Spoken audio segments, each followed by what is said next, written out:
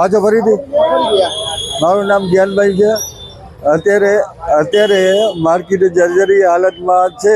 એ લોકોએ અમને છે ને મુદત આપી છે। એ પ્રમાણે હવે અમારી માંગણી શું છે કે અમારી માંગણી છે વિકલ્પ જગ્યાએ આપે। અને અમારે સ્ટડી કમિટી ચેરમેને અમને ખાતરી આપી છે કે માર્કેટ તોડશું તો તમને વિકલ્પ જગ્યાએ આપશું। અત્યારે શું પ્રશ્ન સર્જાણો છે? અત્યારે અમારી માંગણી એક જ છે કે ભલે તોડે, જે કંઈ કરે, જે કંઈ કરવું હોય એને કરવા દો, પણ અમારી માંગણી એ જ છે કે વિકલ્પ જગ્યા અમને આપે કે અમે રોજગાર લઈને બેઠા છીએ। હવે આ તોડશે તો અમે રોજગાર છે અમે ક્યાં કરશું, શું કરશું? અમે કેટલા વેપારીઓ છે? અમારે 289 વેપારી છીએ।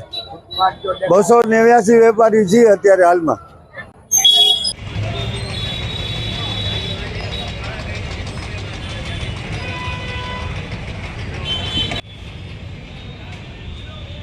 જામનગરના સેન્ટરમાં આવેલી આશરે 100 વર્ષ જૂની આ શાક માર્કેટ છે।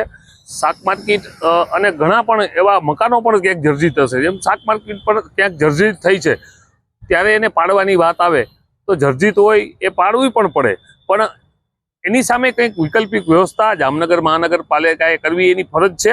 જ્યારે આવડો મોટું શાક માર્કેટમાં આવડા મોટા રોજગાર મેળવતા માણસો હોય, ક્યાંક શાક બકાલું હોય, ક્યાંક ફ્રૂટ ફળ હોય, આ બધું વેચીને એનું ઘર પરિવાર હલાવતા હોય, ત્યારે આ તમે એક બાજુ પાડી નાખશો તો એ લોકોનું રોજગાર પણ ક્યાંક છીનવાઈ જશે અને આનેથી એના પરિવારને પણ ક્યાંક નુકસાન થાય છે।